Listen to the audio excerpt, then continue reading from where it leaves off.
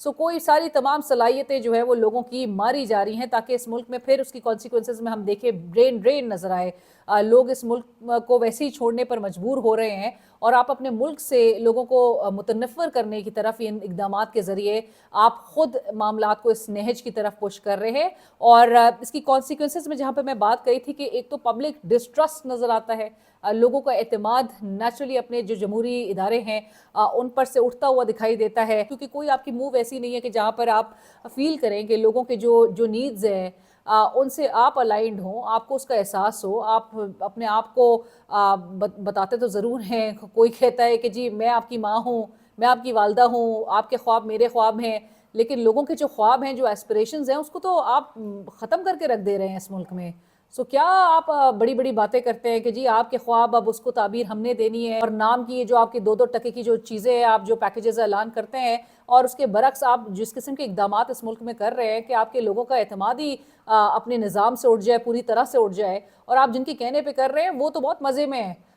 Four front پہ, یعنی کہ جو فیسز ہیں وہ تو آپ کے فارم میں نظر آ رہے ہیں. سو آپ کس منہ سے پھر اس عوام کے پاس الیکشنز میں دوبارہ ووٹ لینے کے لیے جائیں گے؟ آپ کو اس بات کا بھی ادراک ہونا چاہیے. گزشتہ سال 8 فروری جس کو اب 1 سال ہونے کو آ رہا ہے, اور آپ تو بڑا خوشیاں منائیں گے کیونکہ آپ چاہیں گے کہ وہ تمام الیکشن کا ریکارڈ ہے وہ تو تحلیل ہو جائے, وہ ختم ہو جائے. لیکن جو 8 فروری گزشتہ سال میں عوام نے جس قسم کا ایک ریاکشن دیا تھا, جو رد عمل تھا عوام کا, آپ کو اس کا ادراک ہونا چاہیے تھا. جس قسم کے آپ میجرز لے رہے تھے وہ اس کے بعد ہی وہ حالات ہیں جس پہ محسن نقوی صاحب نے کہا تھا کہ وہ یہ بات اچھی طرح جانتے ہیں کہ 2023 اور 2024 کیوں اچھے نہیں تھے سال. 2023 میں جو کچھ آپ نے نقوی صاحب کیا تھا, 2024 میں آپ کو اس کا رد عمل مل گیا تھا 8 فروری کو, جس پر آپ نے آنکھیں بند رکھی ہوئی ہیں آج تک. پبلک ڈسٹرسٹ کی ہم جہاں پر بات کریں تو لوگوں کو نیچرلی لوگ ان کو اتھارٹیرین ایک رجیم کے طور پہ دیکھیں گے, آمر کے طور پہ دیکھیں گے. وہ یہ نہیں سمجھیں گے کہ جی آپ بہت جمہوری ہیں, کیونکہ آپ کے تمام اقدامات جو ہیں وہ کسی بھی طرح سے جمہوری کہلانے کے لائق نہیں ہیں. آپ کو لوگ کرپٹ ایک سمجھیں گے کہ آپ صرف اور صرف اپنی کرپشن بچانے کے لیے یا آپ اپنے انٹرسٹ کو سرو کرتے ہوئے آپ اس قسم کے اقدامات لے رہے ہیں. آپ لوگوں کو پلیز کرنے کے لیے, عوام کو پلیز کرنے کے لیے نہیں, لیکن ان قوتوں کو پلیز کرنے کے لیے کہ جن کے تحت آپ اس ملک میں برسر اقتدار آئے ہیں, جن کی مدد سے آپ آئے ہیں. اور اس کا یہ الزام نہیں ہے, یہ آپ کی جو رینکس اینڈ فائل میں جو تمام افراد ہیں, جو نون لیگ کے بھی بہت سینئر لیڈرز ہیں, وہ اس بات کا برملا اظہار کر رہے ہیں کہ کنہوں نے ان کو مسلط کیا ہے, کون ان کو لے کر آئے, کنہوں نے ان کو حکومت دی ہے. معاشی امپیکٹ بھی نظر آتا ہے, معاشی گروتھ تو ہم ویسے ہی نہیں دیکھ رہے, معاشی ترقی جو ہے وہ اس ملک میں نظر نہیں آ رہی ہے. نیچرلی انسٹیبلٹی کے ساتھ سب کچھ جوڑی ہے, کوریلیٹ کیا جاتا ہے. اور جہاں پر جس ملک میں فریڈمز کو, آزادی چاہے وہ اظہار خیال ہو, فری سپیچ پر قدغنیں لگائی جائے, وہاں پہ جو باہر بیٹھا ہوا ایک جو سرمایہ کار ہوتا ہے وہ اس ملک کو انتہائی انسٹیبل اور انپریڈکٹیبل ملک کے طور پر دیکھتا ہے. وہ اپنا سرمایہ اس ملک میں 10 دفعہ لے جانے پر سوچتا ہے, کیونکہ اگر ہر چیز ہی فیک نیوز کے زمرے میں آ کے, اور پھر ایسا ملک کہ جہاں پر وہ یہ سوچے کہ میرا کل کو اگر میں نے سرمایہ کاری اپنی ڈس انویسٹ بھی کرنی ہے, سرمایہ کاری واپس نکال لینی ہے اس ملک سے, تو ڈسپیوٹ جو میکنزم ہے یا کسی بھی طرح سے وہ کسی آبسٹیکل کا اگر شکار اس ملک میں ہوا تو وہ اس کے لیے کس فورم پہ فائٹ کرے گا؟ اس عدالتوں کا رخ کرے گا جو عدالتیں آلریڈی حکومت کے تابع ہیں, جس پر ڈیسائیڈ ہوتا ہے کہ بینچ حکومت کی مرضی سے ہوگا, کمیشن میں کون کون سے ججز ہوں گے, ججز اپنی مرضی کے لے کر آئے جائیں گے, ججز کی جو پرفارمنس انالیسز ہوگا وہ بھی ایگزیکٹو کرے گی, وہ اس کورٹ کا رخ کرے گا, یا پھر وہ اپنی آواز ان فورمز پہ اٹھانے کی کوشش کرے گا کہ جن فورمز پہ آلریڈی قدغنیں لگائی جا رہی ہیں اور جن کے اوپر ایک سوشل میڈیا پروٹیکشن اتھارٹی کے نام پہ ایک ایسی اتھارٹی قائم کی جا رہی ہے کہ جو کسی کو بھی کسی وقت بھی اٹھا سکتی ہے. سو نیچرلی یہ ان اقدامات سے آپ خود ہی اپنی جو اسٹیبلٹی ہے, اپنی جو پراسپیرٹی ہے, یعنی کہ اس ملک کی جو فلاح و بہبود ہم دیکھنا چاہتے تھے, اس کو آپ نے خود ہی جیپرڈائز کر دیا اپنے اس قسم کے اقدامات سے. انٹرنیشنل آئسولیشن, سینکشنز اور جو ڈپلومیٹک کانسیکوینسز ہیں وہ الگ ہیں. انٹرنیشنل آپ پھر جو آپ بڑا بڑھ چڑھ کے آپ جاتے ہیں, کلائمیٹ چینج کی کانفرنسز میں آپ شرکت کرنا چاہتے ہیں, آپ سیکیورٹی اور جو دیگر امور ہے جس میں آپ کی ڈیولپمنٹ اور تمام جو معاملات آ جاتے ہیں, آپ اس میں کس منہ سے آپ ان فورمز پہ پھر انٹرنیشنل سطح پر آپ پارٹیسپیٹ کریں گے؟ کیونکہ آپ سے پھر سوال یہ کیا جائے گا کہ آپ تو اپنے ملک میں خود اس قسم کے اقدامات لیتے ہیں جہاں پر آپ کی اپنی عوام آپ کے خلاف سراپا احتجاج ہے، سڑکوں پر آنے کے لیے بھی آپ اس پر قدغنیں لگائیں، آپ تمام اس کے ڈیموکریٹک رائٹس اسے چھین لیں، تو آپ کس منہ سے انٹرنیشنل فورمز پہ جا کے، یا آپ وہ چاہیں گے کہ گلوبل جو پالیسیز ہے آپ اس کو انفلوئنس کر سکے؟ آپ کی ایبلٹی جو ہے وہ انتہائی شرنک آپ خود سے کر رہے ہیں اپنے اس قسم کے اقدامات سے، اور پھر آپ کہتے ہیں کہ یہ پی ٹی آئی کا جو لابینگ ہے، یا جو پاکستانی ڈائسپورا ہے جس سے آپ بڑے خائف ہیں اور آپ بڑے نالا ہیں، آپ سمجھتے ہیں کہ صرف وہ آپ کو ایک غلط ایک برا پورٹرے کرنے کی کوشش کر رہے ہیں؟ آپ اپنے اقدامات کو تو دیکھیے کہ آپ کس قسم کے اقدامات کر رہے ہیں، اور جو ہیومن رائٹس وائلیشنز ہیں یہ کوئی بنائی نہیں جا رہی، یہ کوئی کیسز جو ہے وہ میڈ اپ کیسز نہیں ہیں، یہ کیسز واقعی میں ریالٹی سے جڑے ہیں، اور جس قسم کے حالات آپ نے یہ کریٹ کر دیے، سو آپ کی کوئی بھی آپ کی مورل سٹینڈنگ بھی نہیں رہ جاتی، کیونکہ جو ممالک انسانی حقوق کی خلاف ورزی کرتے ہیں یا آزادی پر قدغنے لگاتے ہیں، ان کی کوئی مورل سٹینڈنگ انٹرنیشنل کمیونٹی پہ نہیں رہتی۔ آج جو مذاکرات کا جو معاملہ چل رہا تھا وہ نیچرلی گزشتہ ہفتے اس وقت اختتام پذیر پاکستان تحریک انصاف کی جانب سے ہوا کہ جب پی ٹی آئی نے کہا کہ ہم نے ان کو 7 دن کا ٹائم دیا تھا، یہ ہمارے مطالبات کے حوالے سے ہمیں جواب دیتے، لیکن 7 ڈیز گزر جانے کے باوجود کوئی بھی انڈیکیشن، اور الٹا ہنٹس کچھ ایسی مل رہی تھی کہ جہاں پر جوڈیشل کمیشن، جو کہ پاکستان تحریک انصاف کا ایک جائز مطالبہ ہے، 9 مئی کے واقعات عمران خان سے کہتے ہیں فالس فلیگ آپریشن تھا، آپ جوڈیشل کمیشن اس پہ بنائیں تاکہ تعین ہو سکے کہ کون ذمہ دار ہے، کون اس میں مجرم ہے، کون اس میں ملزم ہے،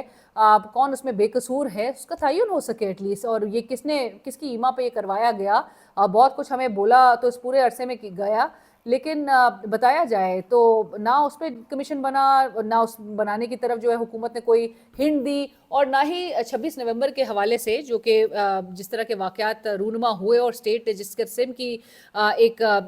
فورس کا استعمال کیا اپنے ہی شہریوں پہ، اس پہ بھی جوڈیشل کمیشن نہیں بنایا۔ تو آج اس کا ایک آئیڈیلی چوتھا راؤنڈ ہونا تھا، چوتھی نشست ہونی تھی، لیکن چوتھی نشست میں ہم نے دیکھا کہ ظاہر پاکستان تحریک انصاف نے تو پہلے ہی ڈیسائیڈ کر لیا تھا، لیکن باوجود اس کے آج حیران کن طور پہ and very surprising it was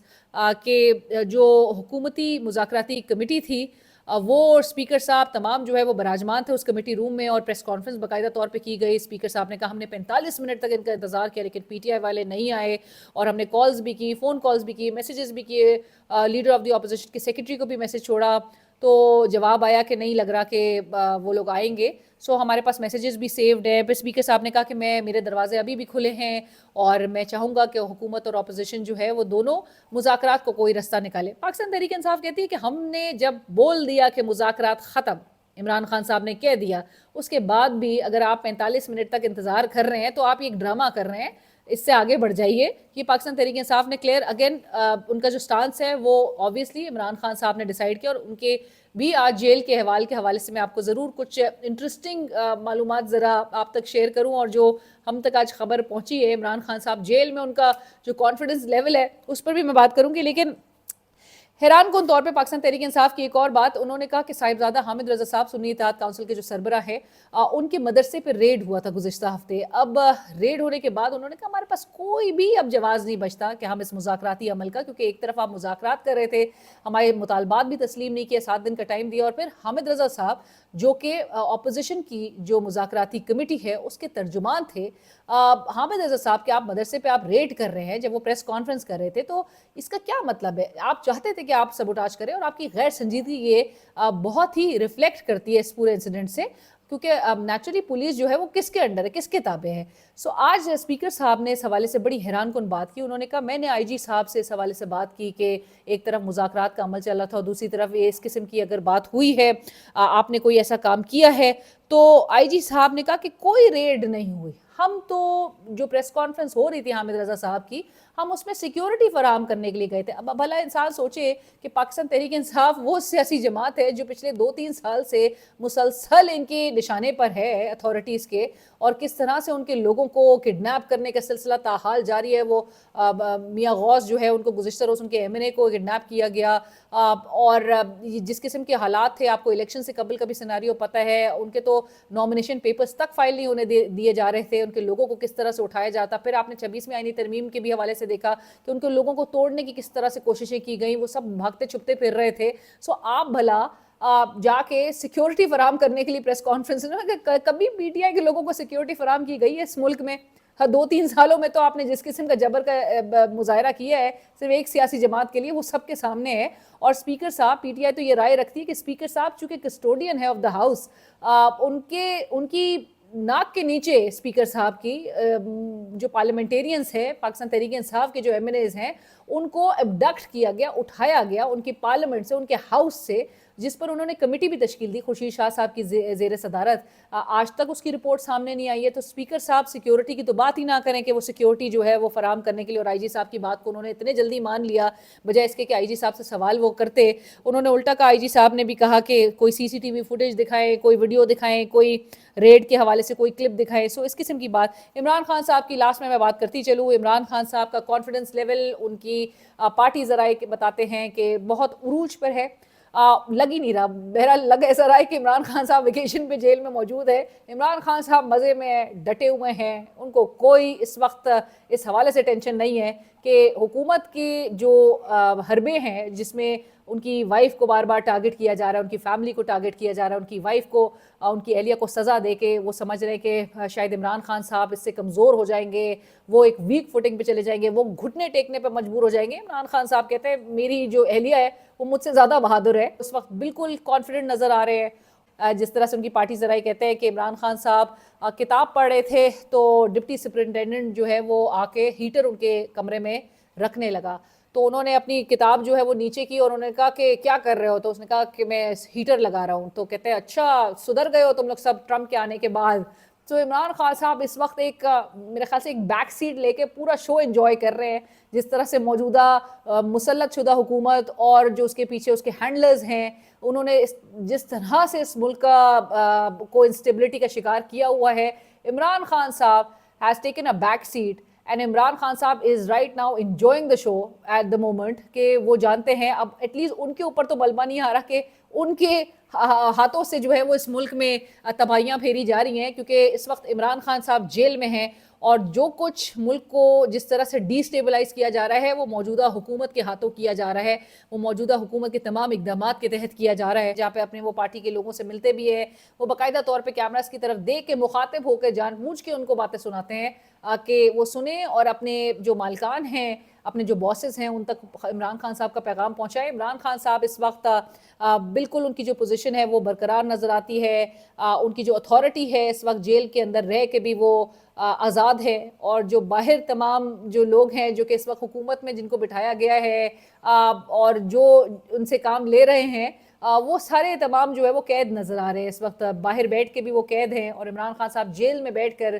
آزاد اس وقت ایک کیپیسٹی میں، آزاد حیثیت سے عمران خان صاحب اس وقت پورے پاکستان کی جو سیاست کو جس نہج پہ لے کر جایا جا رہا ہے اس کو وہ دیکھ رہے ہیں. وہ اس حوالے سے بڑے کنسرنز رکھتے ہیں. ہمارے ذرائع بتاتے ہیں کہ عمران خان صاحب یہ جو کمیٹیز تشکیل دی جا رہی ہیں پے در پے پاکستان تحریک انصاف میں، اور کون کون اس کے اراکین ہیں، اس کے ممبرز ہیں، اس حوالے سے عمران خان صاحب ہیز نو کلو. یعنی کہ یہ کون تشکیل دے رہا ہے اس پر بھی بہت بڑا سوالیہ نشان ہے. عمران خان صاحب کو اس حوالے سے کوئی آئیڈیا نہیں تھا کہ یہ جو فورن ریلیشنز کے حوالے سے یہ جو کمیٹی تشکیل دی گئی ہے رؤوف حسن صاحب کی صدارت میں، اور جس کے انڈر 2-4 نام ہمیں نظر آئے. آج عمران خان صاحب کو جب بتایا گیا تو وہ بڑے چونکے بھی، اور اس کے بعد پھر باقاعدہ طور پہ ایک ڈومیسٹک اور ایک فورن یعنی کہ انٹرنیشنل فرنٹ پہ 2 کمیٹیز اب بن چکی ہیں، یا اس کو 2 حصے اس کے سمجھ لیجئے، جس میں شہباز گل صاحب کا بھی نام ڈالا گیا ہے، زلفی بخاری صاحب کا واپس سے نام ڈالا گیا ہے، جو کہ انٹرنیشنل سطح پہ کافی پاکستان تحریک انصاف کے لیے آواز بلند ہر فورمز پر کرتے ہوئے دکھائی دے رہے ہیں. اور ڈومیسٹک فرنٹ پہ الگ جو کمیٹی ہے اسی بینر تلے وہ اپنا کام سر انجام دے گی. میری چینل کو ضرور سبسکرائب کیجئے اور کل آپ سے انشاءاللہ ایک اور ٹاپک کے ساتھ آپ سے ملاقات ہوگی. Thank you. خدا حافظ.